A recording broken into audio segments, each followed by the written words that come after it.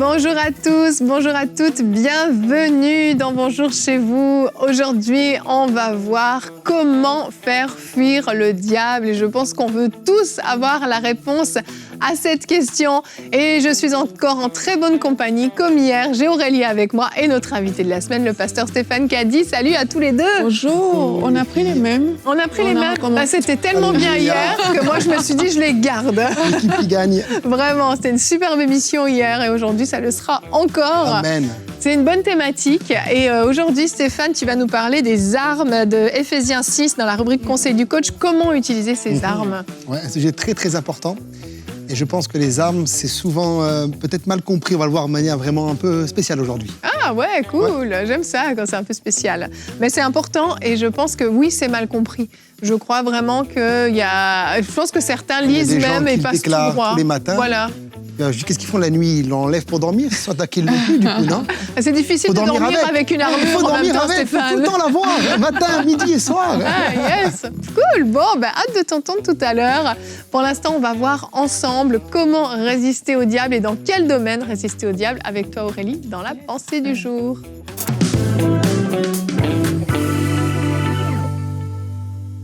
Alors, comment faire fuir le diable? C'est la question à laquelle on veut répondre aujourd'hui. Et pour faire fuir le diable, il faut savoir comment il se manifeste. Est-ce qu'il va juste apparaître devant toi comme ça et tu vas le frapper et il va fuir? C'est pas forcément comme ça que ça se passe. Le diable se manifeste de différentes manières.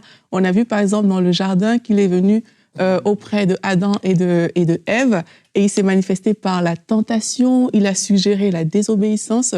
On a vu même qu'avec Jésus aussi, il s'est manifesté dans le désert, et puis là, il a proposé des choses à Dieu, et avec nous, c'est la même chose. Le diable peut se manifester de différentes manières. Mais avant d'aller dans les manières, la Bible nous dit dans 1 Pierre 5 au verset 8, « Soyez sobres, restez vigilants, votre adversaire, le diable, rôde comme un lion rugissant, cherchant qui dévorer. » Donc le diable, c'est un adversaire, et c'est un adversaire qui rôde. Ça veut dire qu'aujourd'hui même, alors qu'on vous parle, il est là, il est en train de rôder.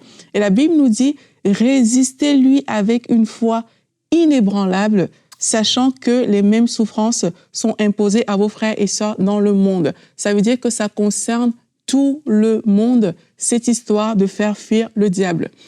Comment le diable va se manifester? Il peut se manifester, comme on a vu, peut-être à travers certaines tentations au niveau de tes actions, pour te proposer de désobéir volontairement à Dieu et pour te pousser dans le péché sous toutes ses formes. Et c'est comme ça qu'on va par exemple voir des personnes qui ont des péchés récurrents dans lesquels ils se retrouvent, des personnes qui sont vraiment à fond dans le mensonge, la tricherie, l'adultère, toute forme de péché en fait, des tromperies, l'impureté, bref, la liste est longue des personnes qui vivent selon leur penchant naturel. Mais il peut aussi se manifester au niveau des réactions.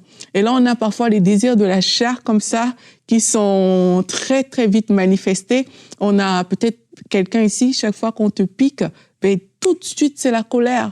Chaque fois qu'il y a quelque chose qui se passe, tu t'emportes vraiment facilement. Ça peut aussi être des commérages, des querelles, la critique tout le temps, l'impudicité. En fait, le diable peut se manifester de toutes ces manières-là et vous saurez certainement l'une des manières peut-être par lesquelles il se manifeste dans votre vie. Et quand l'ennemi se manifeste, parfois on pense que c'est plus fort que nous, qu'il est plus fort, on n'y peut rien. Je tombe toujours dans ce même péché et il y a toujours cette colère qui arrive. La réalité, c'est que ce n'est pas plus fort que toi. Et c'est l'un des messages que je veux te communiquer aujourd'hui. La Bible dit dans Genèse 4, c'est Dieu qui parlait à Caïn. Il lui dit, certainement, si tu agis bien, tu relèveras ton visage. Et si tu agis mal, le péché se couche à ta porte et ses désirs se portent vers toi, mais toi, domine sur lui. Amen. Dieu lui a dit, domine sur lui. Le péché était là. Ça veut dire que le diable, il rôdait. Mais le but de Caïn, si Caïn avait été quelqu'un de sage, qui écoute la parole de Dieu, il aurait dû dominer sur le péché. Et toi aussi, tu peux dominer sur le péché. Cette pensée se tient à ta porte. Tu sais, en fait, peut-être quand elle arrive, tu vois déjà la disposition de ton cœur. Tu dois dominer sur cette disposition de ton cœur. Quelquefois, on reste passif, on ne fait rien. Mais comme on a vu hier, il faut prendre autorité sur certaines pensées. Il y a aussi des actions très concrètes qu'il faut prendre. Par exemple, la Bible nous dit de fuir l'impudicité. Comme Joseph, il s'est retrouvé devant la femme de Potiphar, il n'a pas réfléchi 1 million de fois, il a fui tout simplement. Donc, comment faire pour dominer par rapport à l'ennemi? Parfois, il va falloir que tu fuis dans certaines situations. Parfois, il va falloir que tu fermes les portes aussi dans ta vie par rapport aux choses qui te poussent à faire le mal. Et il y a des personnes, il y a des sites sur lesquels vous ne devez plus y aller. C'est comme ça que vous allez faire fuir le diable, en fait. Il y a des choses que vous devez supprimer de votre téléphone. Il y a même des relations que vous devez arrêter parce qu'elles vous poussent au mal, elles vous poussent à pécher. Et bien, de façon très simple, très pratique, c'est autant de choses qui font faire fuir le diable. Il y a aussi un autre domaine dans lequel le diable agit souvent, c'est l'influence du monde. Mais comme j'aime maintenant faire des suspens, on en parle dans la discussion. Elle est forte. Elle est forte. Elle fait des suspens ou elle réalise que sa pensée est trop longue. Et elle s'auto-censure. Merci Aurélie. Merci C'est Aurélie. tellement vrai ce que tu as dit. Et je vais prendre tout de suite notre verset du jour. C'est le verset clé. Vous le connaissez très certainement, Jacques 4,7. On le dit tous. Soumettez-vous donc à Dieu. Résistez au diable et il fuira loin de vous. L'aspect soumettez-vous donc à Dieu, on va en parler demain. Je vous le dis déjà, c'est une émission, c'est un thème qu'on partage sur 2 jours. Donc l'aspect de la soumission, on en parle demain. Hyper important, c'est dans la même phrase, il y a juste une virgule qui sépare. Donc la soumission est essentielle. Mais le fait de résister au diable, c'est tellement vrai. Des fois, j'ai été dans des églises où il y a des temps de prière où on va prier et on va prendre autorité. Et là, on tape dans les mains et on crie « Satan, maintenant tu dégages !» Et on crie, on prie en langue comme des fous, comme si le diable comprenait la prière en langue aussi. Et là, on est complètement déchaînés. Et après, une fois le temps de prière terminé, on rentre chez nous et puis on va commencer à médire. On va commencer à dire, t'as vu le pasteur aujourd'hui puis la sœur un tel, regarde comment elle se comporte, comment elle est. Mais est-ce qu'on pense que le diable a fui quand on a tapé dans les mains ou est-ce qu'il va fuir quand on va résister à la médisance qui a envie de sortir de notre bouche? Et en fait, c'est ça. C'est vraiment très mal compris, je trouve, ce sujet de résister au diable, de chasser le diable. Oui, nous avons une autorité, bien entendu, mais l'autorité qu'on a, c'est d'abord sur nous-mêmes. Amen. De résister au désir de la chair, de résister au péché, oui, à l'influence du monde dont tu parleras. C'est toutes ces choses. C'est ça, résister au diable. Et ça a tellement été déformé, mal compris, qu'on a cru qu'on rentrait sur un ring de boxe pour lutter contre le diable. Mais en fait, quand on résiste au diable, on résiste à notre chair, aux passions de la chair, aux désirs qu'on peut avoir et toutes ces tentations que le diable va peut-être, venir mettre sous notre nez, mais dont nous sommes responsables de dire oui ou non. Et ça, c'est important. Comme tu dis, moi, j'aime beaucoup les moments où on tape des mains, on parle en langue, Maria, Baba, Shekere, Baba, j'aime ça. Mais comme tu as dit, s'il n'y a pas le reste à côté, en fait, c'est que du bruit. Exact. Mais s'il y a les deux, par contre, ça, c'est puissant. Et je pense qu'il faut vraiment les deux. Je me rappelle d'un témoignage d'une fois dans une église comme ça, il y avait une dame qui manifeste des démons. Et puis, bien sûr, les responsables de l'église y vont, comme ça, ils commencent à chasser le démon parle, etc., etc. Et puis, le pasteur arrive aussi, demande le nom au démon. Et puis, quand un ancien vient, le démon dit, toi, tu peux pas me chasser parce que ta maîtresse s'appelle comme ça. Et puis, tout le monde dit non, les démons sont des menteurs. Mais des fois, ils mentent, mais des fois, c'est aussi vrai. Et là, c'était vraiment vrai. Et donc, ce gars voulait faire une délivrance sans avoir une vie qui était en ordre avec Dieu. Et là, en effet, l'autorité ne marche pas. Non. Donc, je te rejoins, Evelyne, il faut les deux. Il faut l'obéissance. Et l'obéissance mène à résister avec puissance et autorité. Ça, ce sera demain, Evelyne. Oui. On en parle demain, pas en empiéter, mais il faut les deux. Mais c'est important parce que justement, l'autorité vient de ça. C'est une autorité déléguée, en fait. Oui. C'est comme si Jésus-Christ, en nous, déclarer les choses qu'on déclare de notre bouche. Amen. Donc, en fait, si Jésus-Christ le déclare en nous, c'est qu'on est censé être sanctifié. Sinon, il y a quelque chose qui ne marche pas. Et je crois qu'il y a vraiment une vraie confusion à ce niveau-là. On est des pros pour déclarer, mais par contre, pour marcher droit et réellement résister au diable de cette façon-là, parce qu'en fait, on lui résiste pour notre propre vie, en fait. Il y a un exemple aussi dans le livre des Actes avec les fils de Séva. Complètement. Je sais qui est pauvre, je connais Jésus, mais vous qui vous êtes, ils ont été ruinés de coups, les pauvres. Vraiment. Ils sont repartis tout nus, hein. Ils ont été défoncés par l'ennemi. Hein. Oui, c'est vrai. Et je crois que c'est important de prendre ces versets aussi en considération. Hein. Vraiment. Maintenant, normalement, quand on résiste au diable, ça veut dire qu'il doit aussi partir. Oui. J'aimerais le dire aussi, parce que souvent dans les églises, je vois le contraire, je vois des gens qui fuient devant le diable. Alors normalement, c'est le diable qui doit fuir devant nous. Nous sommes une armée, nous sommes des soldats, nous avons reçu une autorité.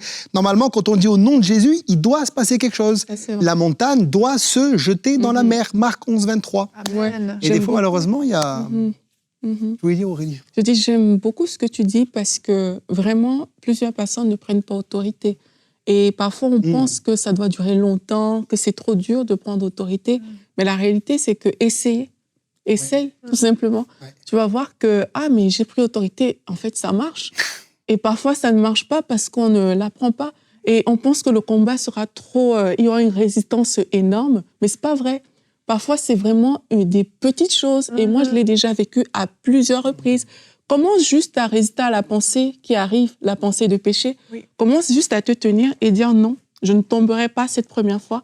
Tu vas voir que toutes les autres fois, tu ne vas pas tomber. Amen. Mais c'est le fait de ne pas résister la première fois à la pensée parce qu'on se dit « mais c'est plus fort et tout », qu'on tombe tout le temps, en fait. Mais commence juste une petite résistance. Commence juste à dire non à la colère cette fois-ci, non à cette pensée impure cette fois-là. Tu vas voir que ça marche, en fait. Ça marche. Et il faut le faire, même si au départ, parfois l'ennemi, il joue sur, je ne sais pas si c'est sur les pensées, pour faire croire que, non, mais c'est un combat de taille, c'est vraiment un Goliath impressionnant qui est là. Mais la réalité, c'est que parfois, c'est une petite résistance. C'est non, je ne le ferai pas. Tes amis te proposent d'aller en boîte de nuit, faire des trucs qui ne glorifient pas le Seigneur. Non, j'irai pas. Même si ton cœur bat, palpite à l'intérieur de toi, dis juste non. D'ailleurs, c'est plus simple de résister en dehors de la boîte que dans la boîte de nuit. C'est clairement. Passage, parce que une fois que t'es on a parlé de Joseph qui a fui, mais Joseph, il a fui. Oui. T'en as, ils sont là, ils se mettent dans les circonstances. Il y a la bouteille de whisky, il y a la copine, il y a le copain, il y a toute la soirée, il y a le shit, il y a la drogue, et puis maintenant je vais résister. C'est un peu compliqué. Oui. C'est comme moi j'ai du mal à résister au chocolat. Vous voyez, j'ai un problème, pris pour une délivrance d'être pour ça. J'aime le chocolat. Alors ma femme m'a aidé, elle n'en achète plus.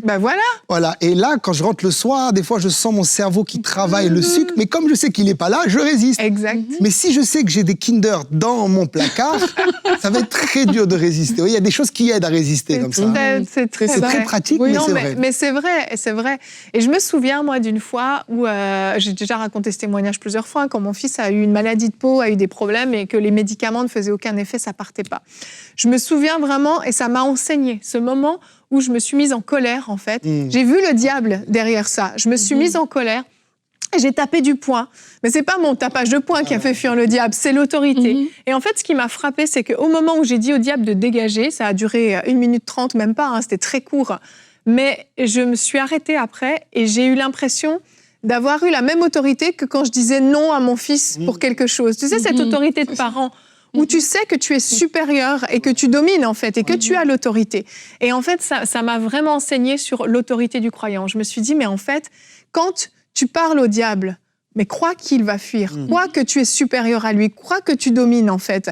Si tu arrives tout tremblant, tout petit, et puis de demander au diable de s'en aller, t'as pas d'autorité. Ton autorité ne réside pas en toi, mais réside en Jésus. Tu sais qui habite en toi. Et là, tu viens avec une assurance, comme David s'est tenu devant Goliath. Il n'a pas eu besoin de l'armure de Saül ou quoi que ce soit. Il a dit, je viens pas en mon nom, je viens au nom de l'Éternel. Et donc, quand tu as conscience de ça, tu résistes au diable, que ce soit pour le péché, mais que ce soit pour tout autre problème dans ta vie. Tu sais l'autorité que tu as. Et tu n'as pas besoin de hurler jusqu'à te défoncer les cordes vocales. Tu dis une chose et tu sais que cette chose-là, le diable n'a pas d'autre choix que de t'obéir et que de fuir, en fait. Comme la police en Italie.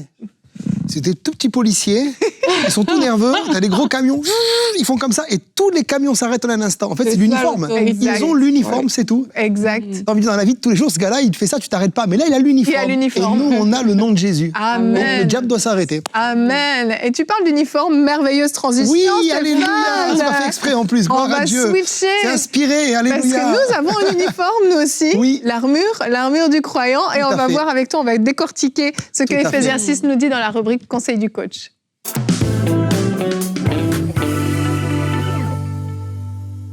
Alors tout à fait, nous avons aussi une armure spirituelle dont Paul parle dans Éphésiens 6.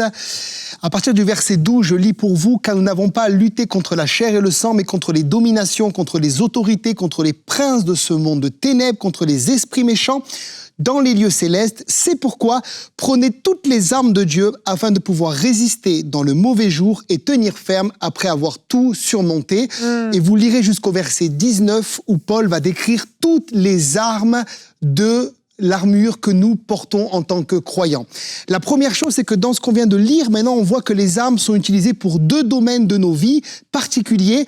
Premièrement, pour résister dans le mauvais jour et deuxièmement, pour tenir ferme après avoir tout surmonté.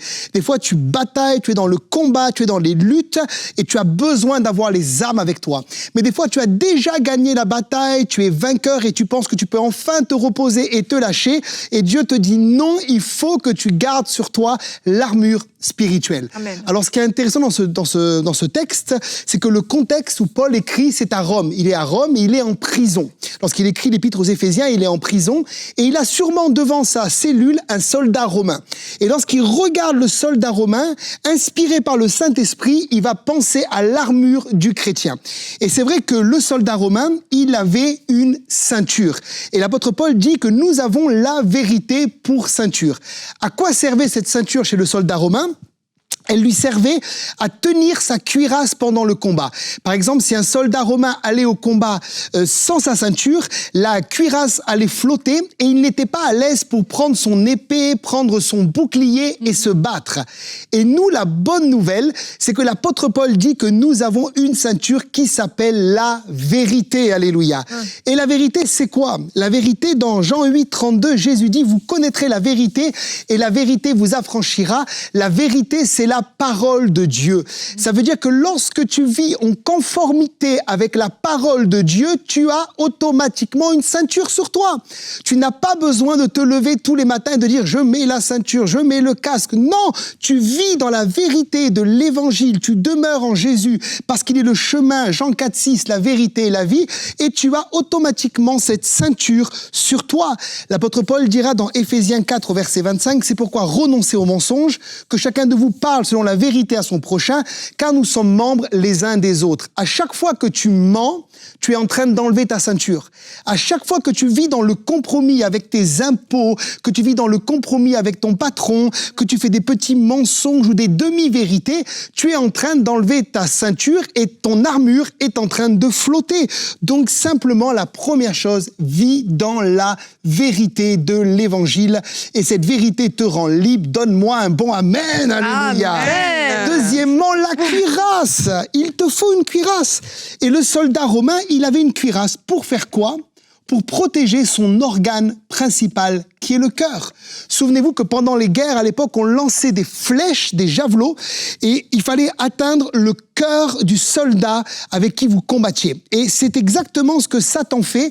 Il va chercher à attaquer notre cœur. Et c'est pour ça que Salomon dira dans le Proverbe 4, verset 23, « Garde ton cœur plus que toute autre chose. » C'est un organe extrêmement important, car de lui viennent les sources de la vie, et tu dois garder ton esprit. Si tu es un enfant de Dieu, dans ton esprit, il y a des sources, il y a le fruit de l'esprit, il y a la vie de l'esprit, il y a les dons spirituels, et tu dois protéger cet organe vital qui est le cœur.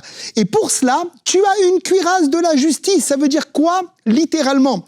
Ça veut dire que tu dois comprendre que tu as été justifié. Tu es devenu littéralement la justice de Dieu. Romains 5, 1, étant donc justifié par la foi, nous avons la paix avec Dieu par notre Seigneur Jésus. Et quand tu sais que tu es juste, il y a des choses que tu ne pratiques pas parce que tu sais qu'elles vont souiller ton cœur. Si par exemple, on me demande de regarder un film avec de l'impureté, on me demande de m'enivrer, on me demande de me mettre en colère, de me battre, de faire du compromis, je sais que je ne suis plus un pécheur, je suis juste. Alors ces choses, je ne les pratique pas. Et quand je sais que je les pratique pas à cause de mon identité en Christ, je protège mon cœur et ces flèches n'atteignent pas ma vie spirituelle. Amen. Ensuite, il y a les chaussures. Alors moi, j'aime ça, les chaussures. Les chaussures que donnent le zèle de l'évangile. Ça veut dire que les soldats romains, ils avaient des bonnes chaussures. Ils marchaient, l'histoire dit, ils ont été jusqu'en Grande-Bretagne, ils ont été en Germanie, ils ont été en Afrique du Nord, ils ont été à Carthage, en Tunisie, et ils avaient des bonnes chaussures, des chaussures très épaisses, avec du cuir. Et pour nous, il nous faut des bonnes chaussures, pas des chaussons. Il y a trop de chrétiens qui ont des chaussons dans les églises. C'est déjà des grands-pères et des grands-mères spirituels. Je vois des jeunes qui ont des chaussons. Ils viennent pas dans les réunions de prière. Ils viennent pas dans le jeûne et la prière. Ils viennent pas quand on est en train de chercher le Seigneur. Et il me dit, je suis oppressé, pasteur. Je n'arrive plus à conquérir. Je n'arrive plus à avancer. Je suis pas un bon soldat. Je ne vis rien avec Dieu. Mon ami, il faut que tu enlèves tes chaussons et que tu mettes tes chaussures. Si tu mets tes chaussures, tu vas gagner du terrain et tu vas gagner du terrain sur l'ennemi de ton âme. Alléluia. Alors, comment avoir ces chaussures? Il faut être zélé. Et d'où vient le zèle? Il vient de l'évangile de paix. Alléluia. Qu'est-ce que c'est bon l'évangile? Quand je lis l'évangile de Marc, quand je lis Luc, quand je lis Matthieu, quand je lis Jean, ça produit en moi un zèle. Moi, personnellement, j'aime tellement l'évangile de Marc. Quand je vois les miracles de Jésus, Marc 1, la synagogue, il chasse un démon. Marc 2, Marc 3, Marc 5, Marc 6, jusqu'à Marc 16, où on nous demande de nous-mêmes maintenant de chasser les démons. Quand je lis ça, mon cœur est zélé, il est embrasé, il est enflammé. Je ne peux pas m'endormir et être un chrétien tiède. Et si je ne suis pas un chrétien tiède, Satan ne pourra pas m'attaquer. Alléluia. Si parfois tu es attaqué, c'est parce que tu es tiède. Les gens qui sont tièdes, ils sont là. Ils disent, pasteur, ça va jamais. C'est normal. Il faut que tu retrouves ton feu.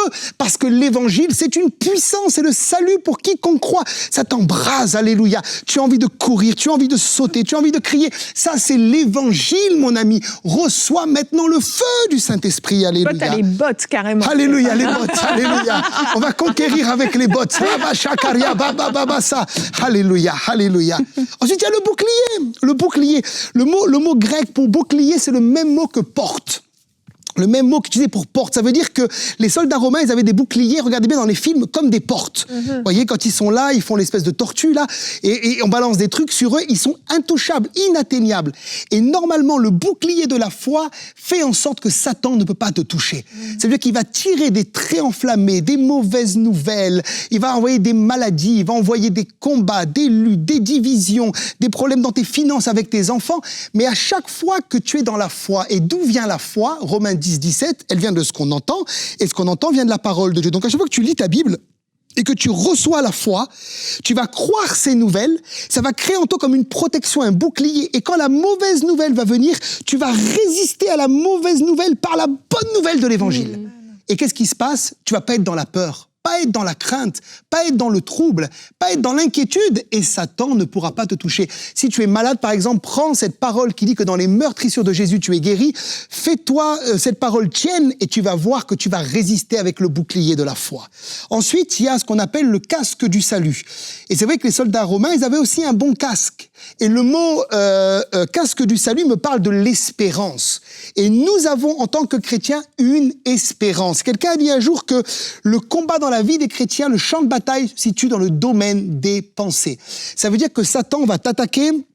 Il va mettre en toi des pensées négatives, de dépression, de découragement. Il va te dire que tu ne pourras jamais y arriver, que tu ne te marieras jamais, que tes finances n'iront jamais, que tu n'auras jamais d'enfants, que tu vas être stérile, etc. Mais quand tu mets le casque du salut, tu as une espérance. Tu penses à Jésus, tu penses au ciel, tu penses au retour de Jésus, tu penses aux noces de l'agneau, tu penses au millénium, tu penses à tout ce qui vient. Et qu'est-ce qui se passe? Tu ne peux pas être opprimé, déprimé, comprimé, supprimé. Tu vis dans la joie du Seigneur.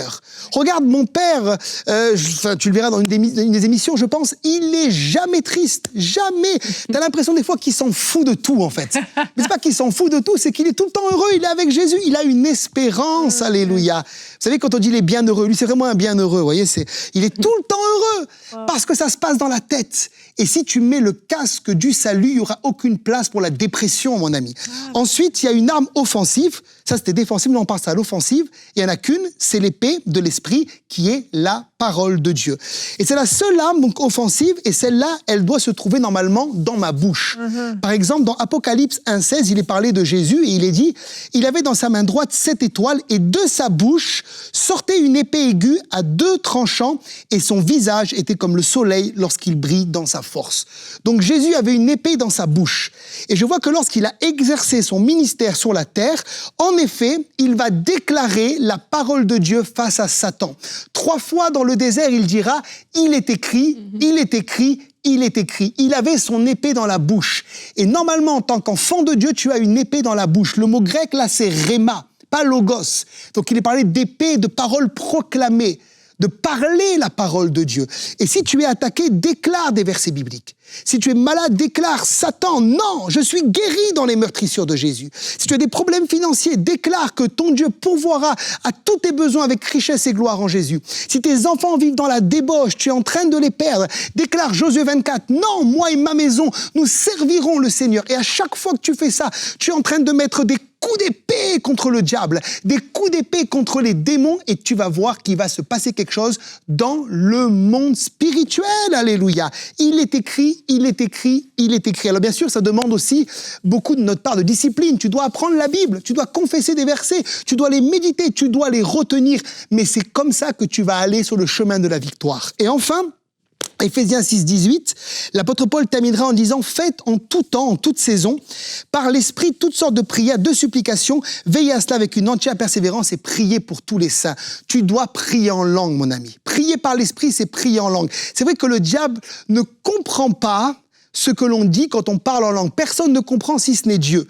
Mais je sais une chose, c'est qu'il n'aime pas. Il supporte pas un chrétien qui parle en langue. Lorsque on chasse des démons, par exemple, moi souvent je parle en langue. Shabraki, popapa, power, sokoria. Et je vois ça s'agite, ça part, parce que la prière en langue amène la présence de Dieu, amène l'onction, et l'onction brise le joug. Si tu es oppressé, arrête d'être dans ta voiture comme ça, constamment oppressé, mais dans ta voiture, lève la tête et commence à prier en esprit. Miko, rima, sheprei, papopo, sokoto.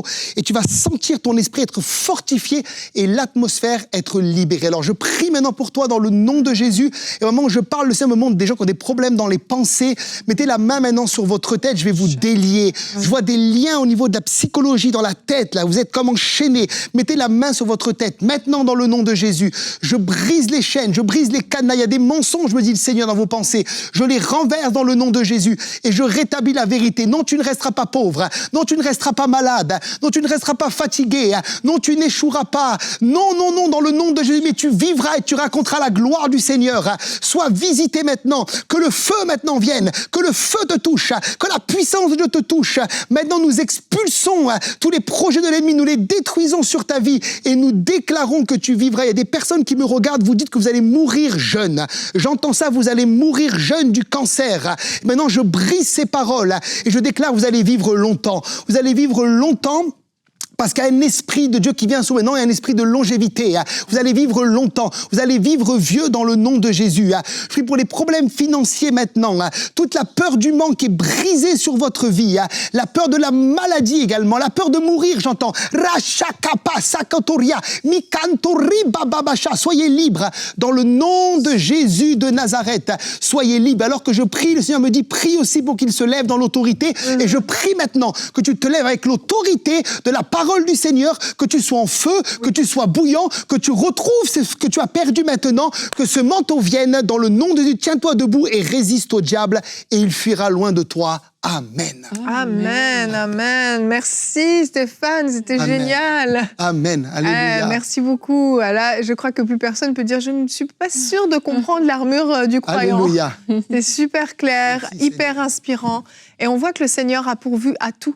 Il a prévu que chaque très enflammé de l'ennemi, que chaque attaque de l'ennemi, que chaque épreuve qu'on allait traverser, il a pourvu à cette arme défensive et il nous a donné cette arme offensive également. Alléluia. Merci beaucoup Stéphane. Merci Evelyne. Bon, je l'ai dit, demain on passe à la partie « Soumettez-vous donc à Dieu ». On aime moins cette partie-là et souvent on retient juste « Résister au diable » et il fuira l'un de vous. Mais il va falloir se soumettre à Dieu pour que ça fonctionne. On a touché certains bouts aujourd'hui, mais demain, on va parler vraiment de l'obéissance. Pourquoi est-ce si difficile d'obéir à Dieu? Et si vous avez suivi cette émission, suivez celle de demain, sinon vous aurez un repas incomplet, il vous manquera un bout pour pouvoir résister au diable. Et Stéphane, tu feras une rubrique réponse d'experts. En quoi la vie de Jésus nous enseigne-t-elle l'obéissance? Amen. Il a été obéissant jusqu'à la mort. Et on va pouvoir parler de Jésus. Et j'aime quand on parle de Jésus. Alléluia. Alors, on se retrouve demain. Merci à tous d'avoir été avec nous et bonjour chez vous.